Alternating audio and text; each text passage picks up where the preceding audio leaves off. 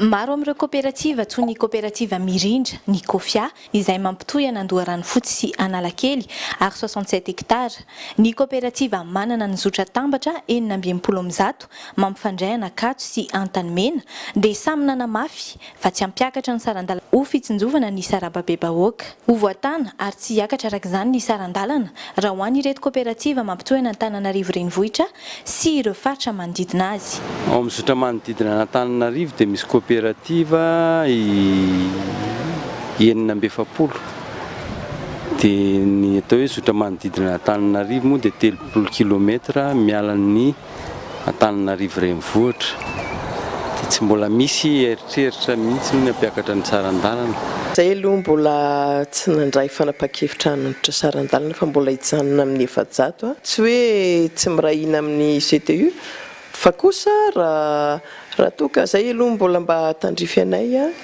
amin'ny fitiavan-tanindrazana dia Sindrotana frein aminay dia tsy misy satria ny gasoil efa nidina fa ny anay ny fanapa-kevitray dia 700 tsisy tapa-dalana intsony ny frein satria raha mahalala ihany ny vidin-javatra ary ny gasoil io mamaimay io ka dia noho izany izay ny fanapa-kevitra fa izay tsy mety hetrina anonitra mihitsy. Raha ho anay manokana aloha mbola tsy misondratra ny sarandalana eto aminay rehefa kooperativa Mirindra rehetrarehetra zany na 163 na 194.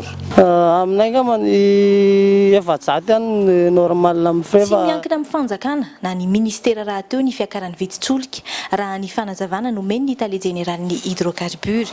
Raha tadidinareo ngamba izany na hatramin'ny voalohan'ny taona dia efa miveryntsika tsikelikely amin'ny resaka vidiny tena marina ny vidin'ny solika na vérité des prix tsisy hidira amin'ny fanjakana intsony zany ny mametra an'izany vidina solika zany fa ny loi de l'offre et de la demande na ny vidin'ny any ivelany zany ny cours mondiaux sy ny cours de devise eto toerana no mametra an'izy io ary isam-bolana izy io zany dia avoaka ny zareo